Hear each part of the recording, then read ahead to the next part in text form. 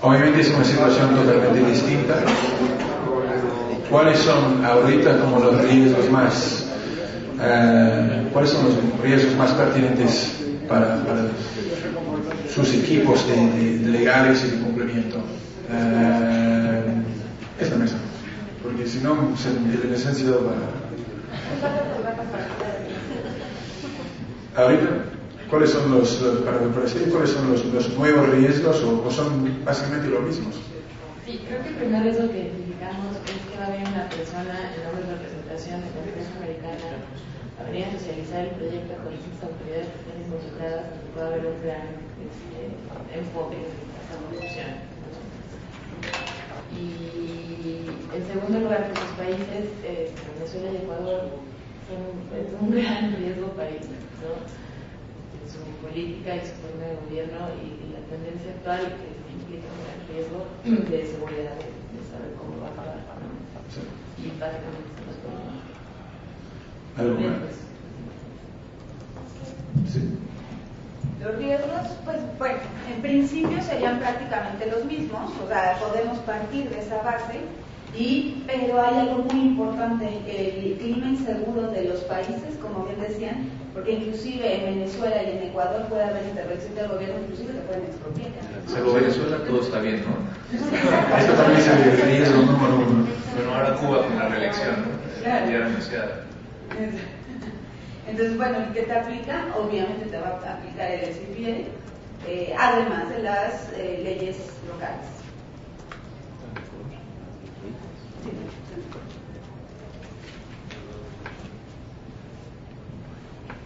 Bueno, aunado todo lo que ya mencionaba, con el riesgo del CPA es inminente, todos los assessments que tengas que correr al respecto en cada uno de los países, con cada una de las personas que vas a hacer negocios y que te van a apoyar en el proyecto, ya hacer un assessment y benchmarking y demás por país del tipo de actividad que quieres llevar a cabo.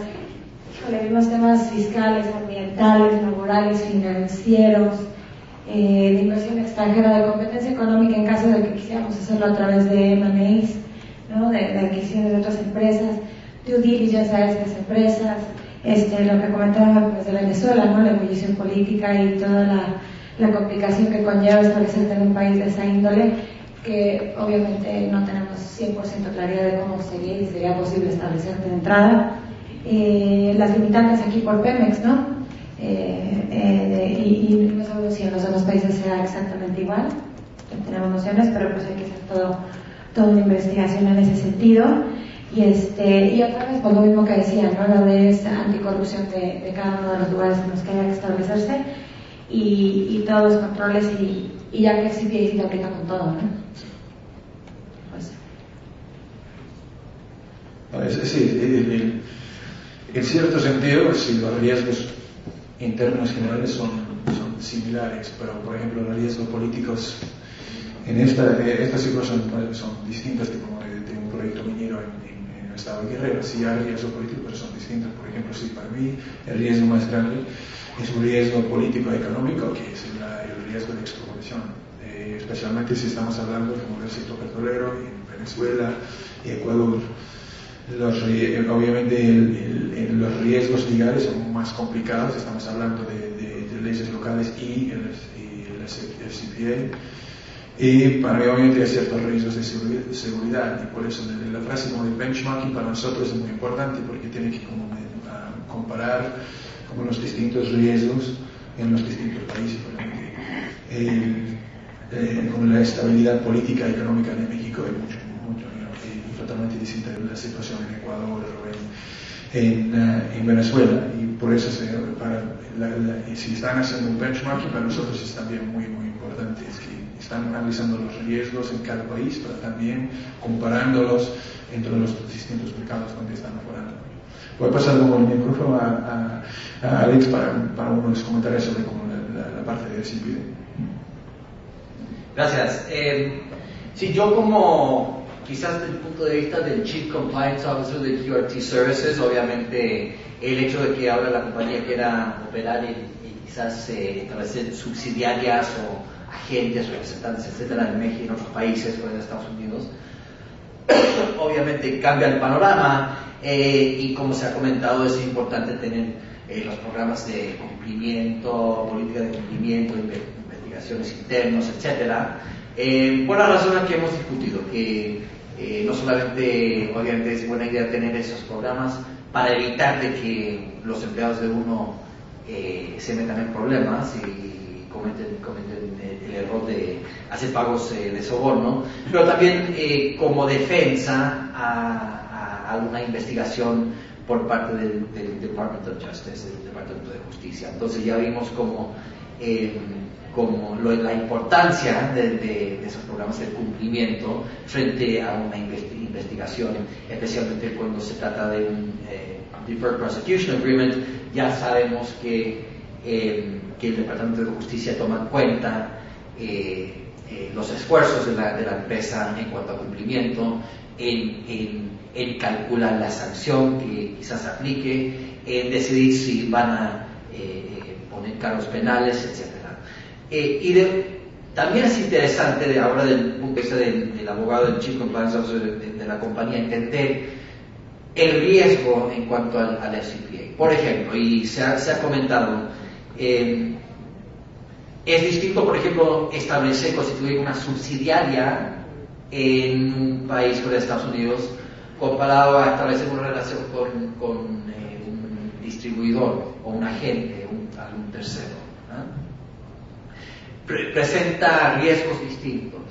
Entonces, en cuanto a la política, y se hizo un comentario de investigar las gentes y las empresas con quien uno hace negocios.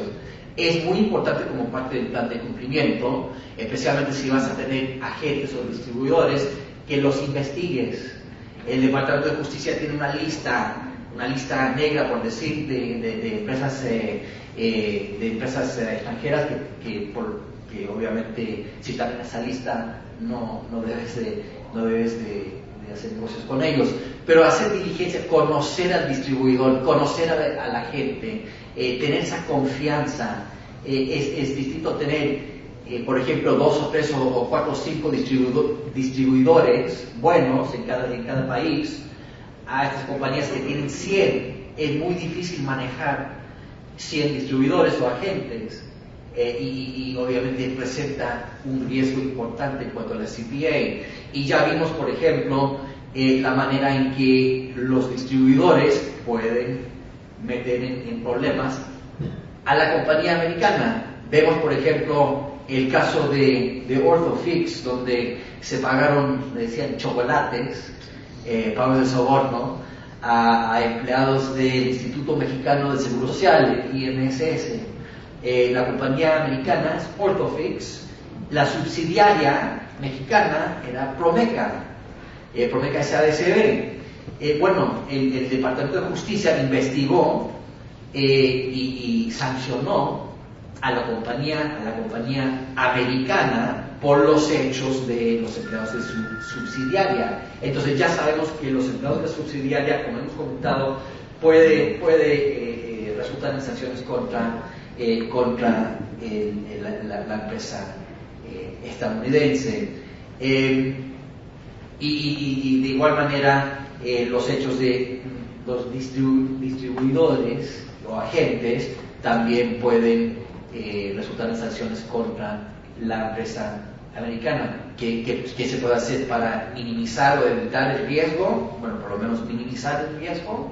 Y me acaban de hacer la pregunta, oye, ¿qué pasa si hay alguna manera de proteger la compañía, si formalmente, si yo pongo el contrato de que el distribuidor va a cumplir con los requisitos de la FCPA, si existe alguna exención de la FCPA por tener ese tipo de programa de cumplimiento? Y la respuesta es no existe una exención formal, pero todo eso forma parte del programa de cumplimiento, de que asegura de que los distribuidores lo investigues, los contratos con los agentes y los distribuidores que ellos firman y que van a cumplir con los requisitos del FCPA, porque a fin de cuentas simplemente estás formando un archivo En caso de que el DOJ se presente a investigarte por algunos pagos de soborno en Venezuela o México, lo que sea, puedes decir, mira, aquí está el contrato del distribuidor,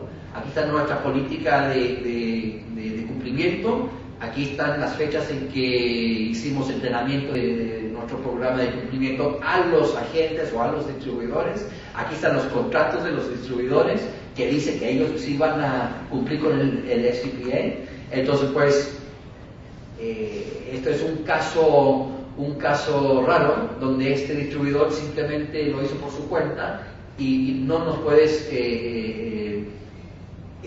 nosotros no podemos ser responsables de los hechos de un distribuidor que claramente actuó de forma contraria al contrato y a la política de la empresa. Sí. Y un poco en lo que comentaban de la pregunta hace rato, ¿hasta dónde llega la responsabilidad de la empresa? Porque si bien está claro que la empresa debe conocer a su socio comercial y hacer las investigaciones que sean convenientes, pero ya cuando es el distribuidor del distribuidor y del distribuidor, y ya se va hasta una cadena que a lo mejor ni siquiera podemos contar, ¿hay un margen claro de dónde se debe de diluir ya esa responsabilidad? No hay un margen claro. Todo esto es cuestión de pruebas. Entonces, analicemos el tema, primero que nada, desde el punto de vista del distribuidor. El distribuidor quizás no tiene nada que ver con Estados Unidos a este contrato con la compañía estadounidense, entonces, pues, en cuanto al distribuidor mismo, él se escapa del problema, de las acciones en cuanto al FCPA. ¿Por qué? Porque realmente el Departamento de Justicia no tiene jurisdicción sobre el distribuidor. Ahora, ¿quién responde? Quizás la compañía americana. ¿Y por qué va a responder la compañía americana? Porque bajo lo mencioné en la presentación, bajo la teoría de responde superior, que los empleados de uno, los hechos de los empleados de uno o los hechos del agente de uno, que el superior responde por los hechos de los empleados o de los agentes de uno. Entonces, bajo esa teoría, el Departamento de Justicia sancionará a la empresa americana bajo esa teoría. Obviamente la defensa sería, no, pero estos no son mis agentes, no estaban actuando en este aspecto, en cuanto a los pagos de soborno, no estaban actuando como mi agente. ¿Cómo puedo decir eso? Porque este contrato dice que van a cumplir con el FCPA y dice que no van a hacer pagos de soborno. Obviamente no estaban actuando como nuestro agente cuando hicieron estos pagos. Entonces, eso es la defensa, pero a fin de cuentas estamos hablando de pruebas y el Departamento de Justicia va a tener sus argumentos y nosotros vamos a tener los nuestros. Gracias. Yo tengo 3 preguntas rapidísimas. La primera es, ¿qué pasa con los clientes? No sé si se deben de tener los mismos controles que se tienen tanto a los distribuidores como con los proveedores, y como el licenciado comentaba, distribuidores y demás. ¿Qué pasa con los clientes? Si en realidad también se tiene que tener este tipo de controles. 1. 2, me gustaría entender un poco y aprovechando la expertise que ustedes tienen de ser norteamericanos, ¿cómo es el proceso que se lleva allá cuando tú haces el litigio del CPA? ¿Cómo empieza? Como en México entendemos que es una averiguación previa y después se corre un juicio donde se presentan pruebas, sale una sentencia, y en México estamos hablando de tiempos de más de 1 año, 2 años, Quiero saber en Estados Unidos cuánto tiempo más o menos se tardan en sacar una sentencia, los procesos de pruebas y demás, las partes que participan. Hablan de rasgos, porque a lo mejor hasta de eso se saca un libro entero. Y 3, si bien es cierto que la ley del FCPA vino a modernizar muchísimos aspectos a nivel nacional y sobre todo internacional, considero yo a mi muy ingenua opinión que es una ley muy ambigua, la cual el hecho de la debilidad de ser una ley ambigua te lleva a que todo se pruebe, y se lleve a materia de prueba.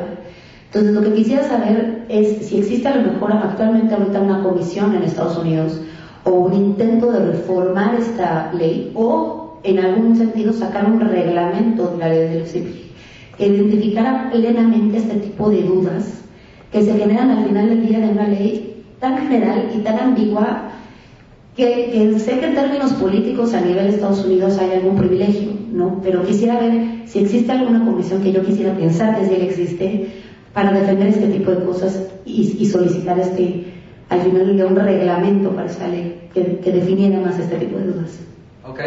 Y el primer punto, ¿qué pasa con los clientes? No entendí bien la pregunta. ¿Qué pasa con los clientes? ¿En qué sentido? Sí, cuando las empresas tienen distribuidores, subdistribuidores, proveedores, ¿no? Este tipo de socios comerciales, hay que presentar cierto tipo de procedimientos y controles de acuerdo al FCPA, como investigaciones, claro. Certificaciones y demás. ¿Los clientes se les solicita este tipo de requerimientos igual? Va en ese sentido. Es decir, necesito tener un control específico para los clientes. Sí, claro. Entonces, dices, la empresa estadounidense tiene distribuidores, agentes, etcétera. ¿Ah? Y la pregunta es si ellos también deben tener estas políticas. O directamente la empresa norteamericana a presencia en México, digamos así, cuando tiene una relación con un cliente y tú haces un contrato con un cliente, que a lo mejor el mismo cliente es gobierno o el cliente le viene a gobierno. Ya, ok, ya. Sí, claro. Entonces, en cuanto a los clientes, uno puede, obviamente uno quiere hacer negocios con clientes respetados y confiables, y el hecho de que tengan programas de cumplimiento, etcétera, es una indicia de que son respetables y merecen la confianza que les tienes. Pero en cuanto lo encuentro difícil el exigir que el cliente tenga estos programas de cumplimiento. Sí puedes decir, mira, preferimos que tengas estos programas de cumplimiento, pero lo veo difícil exigirlo. Y en cuanto a uno meterse en problemas, a la compañía americana que está haciendo negocios con el cliente, meterse en problemas por esa razón, porque el cliente no tiene sus programas de cumplimiento, también lo veo difícil, al menos que el cliente esté actuando como agente o algo así por la compañía estadounidense, y eso es otra situación. Estamos hablando ya de no solamente un cliente, sino un agente, y ahí sí le exigimos que ellos tengan su política de cumplimiento, etcétera. Entonces, esa es la primera pregunta. Segundo, proceso de litigio, en breve. El Departamento de Justicia, ¿cómo viene a enterarse de los hechos? O la compañía se presenta, self-disclosure, y es todo un análisis el decidir si la compañía se debe ellos mismos de presentar, o algún whistleblower, algún empleado dentro de la compañía avisa al Departamento de Justicia que está ocurriendo estas cosas, o simplemente se entera de por ejemplo, algún periódico, algo así. El Departamento de Justicia se entera de esa manera y comienza la investigación. Generalmente comienza la investigación con, ¿cómo se llama? Subpoena, requerimiento de todos los, y llega el FBI, la gente del FBI tocando la puerta, entrevistando al General Counsel, presidente, etcétera, que requeremos todos estos documentos de tu subsidiaria en México. Quizás incluso llegan a México a la subsidiaria a investigar y a revisar los documentos de estados financieros, etcétera, y ahí comienza la investigación. Y si ya llegas a ese punto, pues ya necesitas abogados, o sea, necesitas defenderte. Luego el Departamento de Justicia decide si tiene suficientes pruebas como para presentar cargos o demandar, o la SEC, no se olvidemos de la SEC también, es Departamento de Justicia y SEC, si es una compañía bursátil, deciden si van a interponer una demanda civil, cargos penales y o una demanda civil por dinero. Entonces ahí ellos deciden. Antes de eso, obviamente están en prácticas con la compañía y están hablando de Deferred Prosecution Agreement y todos esos acuerdos, especialmente si realmente el Departamento de Justicia no tiene sus pruebas, pero igual le quieren meter miedo a la compañía. Entonces el General Counsel no quiere arriesgar su trabajo. Entonces, no, mira, debemos de, el Chief Compliance no debemos de llegar hasta este arreglo con el Department of Justice para evitar cualquier otro cambios penales o lo que sea. Entonces, y si no se llega a un acuerdo, entonces ahí sí presentan cargos penales y estamos hablando de un juicio en la Corte Federal con cargos penales o contra los individuos o la empresa misma o los dos. Y ese proceso puede tardar años. Okay. Rápidamente, yo tengo dos comentarios. Uno es en temas como de clientes, terceros. Depende de la ley, pero la verdad es un tema de influencia y control. Si hay una persona, una empresa que está representando los intereses de su empresa, por ejemplo, abajo de la nueva ley británica, la empresa debe saber cómo están actuando. Y por eso, donde comienza, donde termina con las responsabilidades de la empresa, es si hay gente que está representando los intereses directamente o indirectamente de la empresa debe saber cómo están actuando. Y eso es mucho más complicado abajo de la ley británica, por eso dice claramente que no hay ninguna defensa que no sabía. No existe esa parte bajo de la ley británica, y por eso es un tema de influencia y control de la empresa y la gente que están trabajando en sus intereses. Y mi punto final es más de mergers and acquisitions.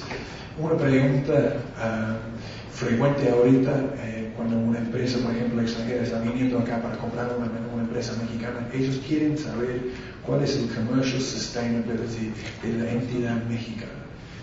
En el contexto de FCPA, cómo han conseguido, como todos los contratos, cómo han tenido su éxito, cuál es el commercial sustainability. Por ejemplo, si ellos vienen, compran una entidad mexicana y implementan un sistema de cumplimiento rígido, comprensivo, es posible, si esa empresa ha ganado como todos sus contratos por maneras, digamos, ilícitas, acabas de comprar una empresa que no tiene ningún valor.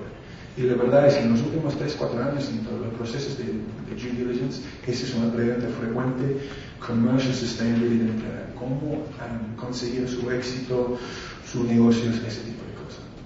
Y la tercera pregunta, el punto es que la ley es ambigua, no clara, y si hay reformas o alguna comisión para reformar la ley. Una comisión formal no, para reformar la ley no existe en este momento. Sí hay muchos expertos que presentan sus ideas al Departamento de Justicia, etcétera, para reformar la ley, para cambiar la ley y hacerla más clara. Pero, y ahora este es el lado cínico mío en cuanto a este tema, tienes una ley, el FCPA y el Departamento de Justicia, que a fin de cuentas los líderes del Departamento de Justicia son políticos, y estamos hablando de un departamento que ha producido más de 2,5 mil millones de dólares en sanciones en los últimos 4 o 5 años, justamente por la falta de claridad de la ley. Entonces yo les pregunto a ti, bajo esas circunstancias, ¿tú crees que van a haber esfuerzos legítimos de reformar la ley? Lamentablemente no. Y como vemos, otro comentario un poco cínico, muchos de esos abogados que salen del Department of Justice, ¿a dónde van a trabajar? Van a trabajar a White & Case y Wilmer Cutler Hill, etc. Y dentro del grupo ahí de abogados, por no decir mafia, dentro del grupo de abogados, de abogados que actualmente trabajan en el Department of Justice y los ex empleados del Department of Justice, entre ellos pues ayudan. De algún punto de vista, si Por eso es importante tener esas conexiones si uno está bajo investigación. Por otro lado, como respuesta a tu pregunta, no veo muy buena posibilidad de una reforma en la ley. Este tema da para mucho, nada más el tema de los intermediarios. Hay preguntas que quedan todavía en el aire, ahorita las platicamos. ¿Hasta dónde tienes que llegar con el entrenamiento? Ya entrené yo a mi socio comercial para ir a la licitación, pero él va a subcontratar a 7 u 8 proveedores o revendedores de unidades, de flotillas, de producto, de trailers, lo que me digan. Entonces todo eso puede generar muchas preguntas e interrogantes que si quieren ahorita las vamos a tratar.